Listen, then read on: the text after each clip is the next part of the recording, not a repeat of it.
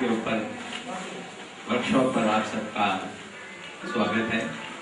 आज के हमारे मुख्य वक्ता हैं श्री पंडित गोपाल शर्मा जी।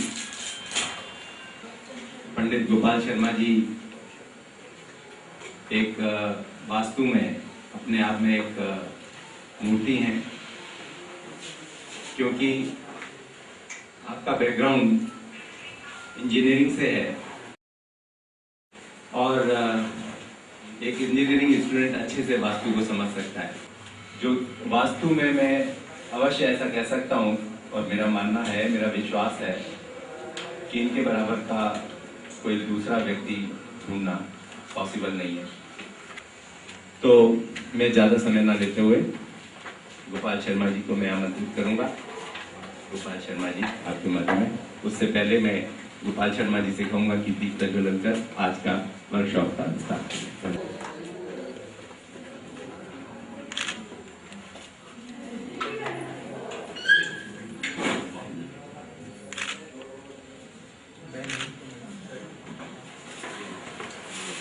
साथ में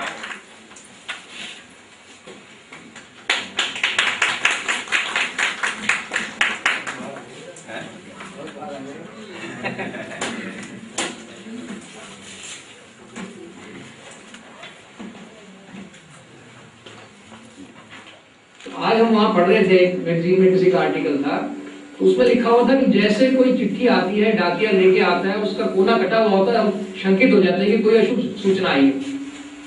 तो उसको भी हम, लिफाफे को भी हम नहीं चाहते कि वो कटा हुआ हो, नहीं अप्रिशिएट करते, क्योंकि वो इंडिकेशन है किसी अशुभ समाचार का। तो इसी तरह जीवन में जिस घर के अंदर हमेशा रहना है, जिस कमरे में हमेशा अपने काम करना है, उसमें यदि कोई कोना कटा हुआ होगा तो आप समझिए उसको हमें जीवन में कुछ ना कुछ कमी जरूर दे देगा।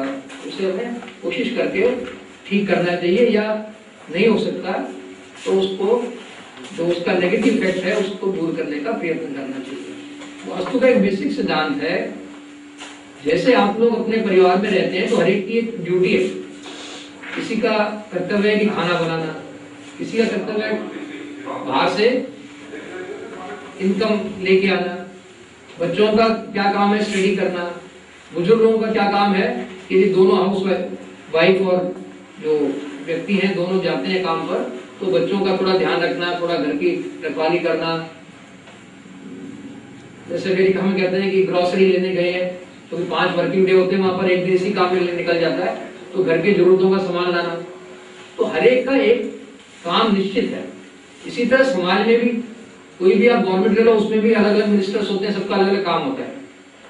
किसी ऑर्गेनाइजेशन में भी अलग अलग ड्यूटीज असाइंड होती हैं डिफरेंट लोगों को। तो इसी तरह हमारे घर के अंदर भी जो डिफरेंट कॉर्नर्स हैं, आप सबको बताइए कि 8 दिशाएं, east west, north south, north east north west, south east south west, और एक्चुअली 10 दिशाएं हैं, जमीन और आसमान ये भी दिशाएं मानी जाती हैं। तो ये जो 8 दिशाएं हैं, 10 दिशाएं हैं, इन सबसे हमें कुछ ना कुछ मिलता है। यदि कोई कोना कटा हुआ है, इसका मतलब उससे वो चीज नहीं मिलेगी। जैसे नॉर्थ ईस्ट है, वो विजडम का स्थान है, बृहस्पति उसका रूलिंग प्लेनेट है, वो कोना कटा होगा तो वहां से हमें विजडम नहीं मिलेगी, एजुकेशन नहीं मिलेगा, फाइनेंस नहीं मिलेगा। क्योंकि हम लोग यहाँ पर तो कह सकते हैं कि वास्तु पुरुष है, उसका सिर है, ये पैर है, ये राइट हैंड है, लेकिन ज्यादातर बाहर ऐसा नहीं हम कह सकते, क्योंकि मुस्लिम भी क्लाइंट हो सकते हैं, आपके क्रिश्चियन भी क्लाइंट हो सकते हैं, कोई भी हो सकते हैं। तो वहां पर यही कहना पड़ता है साइंटिफिक वे में कि ईस्ट से सोलर एनर्जी आती है, सूर्य निकलता है, नॉर्थ से पॉजिटिव मैग्नेटिक एनर्जी आती है, अर्थ क्योंकि घूम रही है हमारे पास, हजारों करोड़ों साल से घूम रही है, तो उसके अंदर अपनी गुरुत्वाकर्षण शक्ति भी है, अपनी मैग्नेटिक फोर्स भी है। तो ये जो फोर्सेज है नेचर की, वास्तु है living in harmony with nature, तो नेचर की जो फोर्सेज हैं ये हमारे नॉर्थ ईस्ट से एंटर कर रही है, नॉर्थ ईस्ट से एंटर कर रही है। वो कोना कटा हुआ होगा तो हमें उसका पूरा लाभ नहीं मिलेगा। अब हम चालू हो गया है तो थोड़ा सा कोशिश करते हैं सिमेट्रिकल सिस्टमेटिक आगे बढ़े विषय में।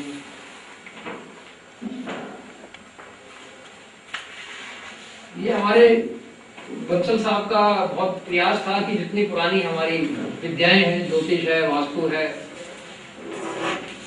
केमिस्ट्री है, इन सब का प्रचार प्रसार किया गया। तो इनका आदेश रहता था कि जो लोग इनके प्रचार में विरोध कर रहे हैं उनको भी आप रोकिए, नहीं तो जो हम इधर से प्रचार कर रहे हैं उधर से नेगेटिव वो सब हो जाएगा। फॉर एग्जाम्पल स्वामी रामदेव जी बहुत इनके अगेंस्ट पे बोला करते थे पहले, तो हमारी भी ड्यूटी दी गई कि भाई इनको आप जाके रोको, इनको भी मनाओ। तो ठीक है, बॉस का हुक्म है। तो क्या किया, पहले तो उनको समझाना बड़ा मुश्किल, पकड़ना बड़ा मुश्किल, फिर वो सुनने को तैयार हो, माने, बड़ा भारी काम था। और हमें भी जैसे चैप्टर है इनका आईपास का हमारा, वहां पर भी कई स्टूडेंट्स आते थे, बताते थे आज भी स्वामी जी ने ये ज्योतिष के खिलाफ बोला, आज भी वास्तु के खिलाफ बोला, कहते सब बेकार है, कुछ नहीं होता। तो उसमें ये इधर कोने में है एक इंडस्ट्रिस्ट है, तो उनको मोटिवेट किया गया, वो हमारे साथ जुड़े हुए थे काफी साल से, कि इनको आप इनके मेंबर बने। और उस समय तक ये 5 लाख के मेंबर बनते थे, इनके कॉर्पोरेट मेंबर बोलते हैं, लाइव मेंबर, और फाउंडर मेंबर 5 लाख के थे, 1 लाख के लाइव मेंबर थे। तो नया एक कंसेप्ट बनाया गया कि 11 लाख रुपए देके कॉर्पोरेट मेंबर बनेगा। कॉर्पोरेट मेंबर बनने के लिए 11 लाख रुपए लेने के लिए तो उनको वहां आना ही था, तो उनको यहाँ एयरपोर्ट से हम लेके रास्ते में जो 1 घंटा हमें मिला जहां भी हमें जाना था, उस बीच में उनको समझाया कि ये जो आपके पतंजलि ऋषि हैं जो आदरणीय है हमारे सबके लिए, इसी तरह जो ज्योतिष जिन्होंने निकाला, महर्षि आपके जैमिनी है, पराशर जी हैं, और वास्तु के भी शुक्राचार्य जी हैं, नारद ऋषि हैं, गर्गाचार्य जी हैं, ये लोग भी उतने ही आदरणीय हैं। तो आप जो क्रिटिसिज्म करते हैं, एक ऋषि को आप बढ़ावा दे रहे हैं, बाकी लोगों को नहीं दे रहे, ये भी वेद का ही अंग है, ऐसा आपको नहीं करना चाहिए।